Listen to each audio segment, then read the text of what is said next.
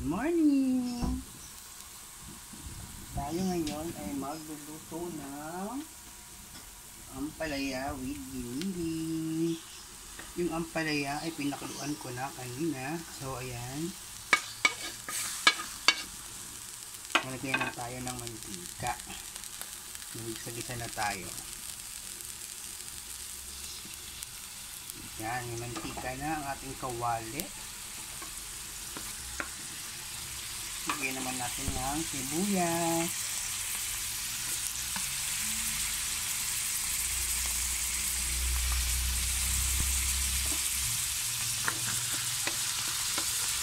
Halo lang natin yan ang haluin.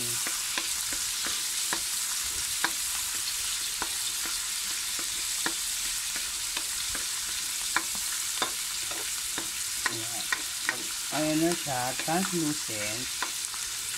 Pwede natin ilagay yung bawang.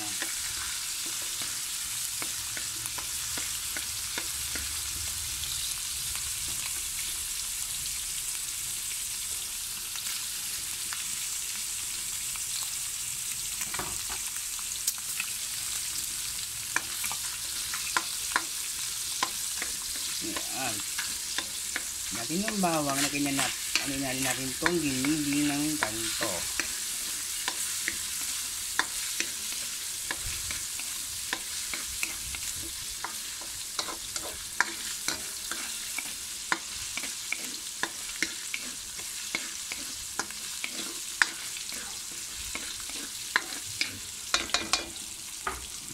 Lagyan natin ng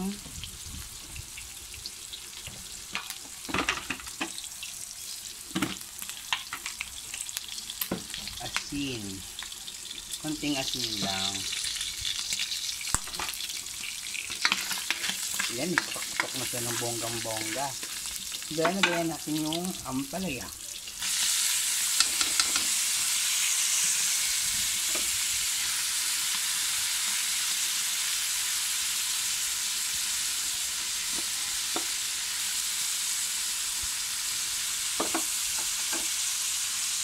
Tapos, ilagay naman natin yung sabaw.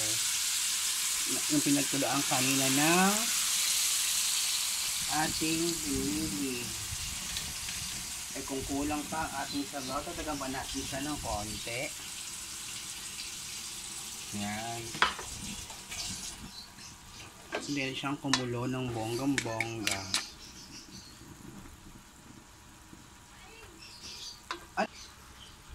Ayan.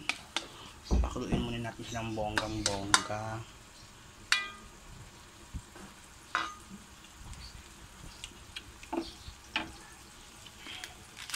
Bigyan natin ng konting paminta. Konti lang pong paminta. Ayan. Okay na yan. So, nasa inyo na yan kung gusto nyo siyang lagyan ng pampalasa. Yung gaya ng ano. Alam nyo na yun. Yung tak-tak-tak. O kaya yung ano. Magic. And then, pwede rin siyang lagyan ng itlog sa dulo para mas masarap ang ating ampalaya with giniling.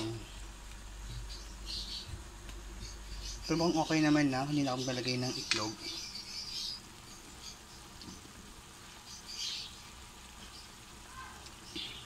Oh.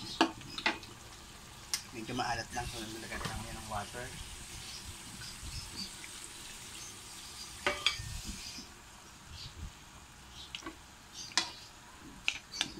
Hindi siya gaanong hinahalo para daw hindi mapait ang ating ampalaya.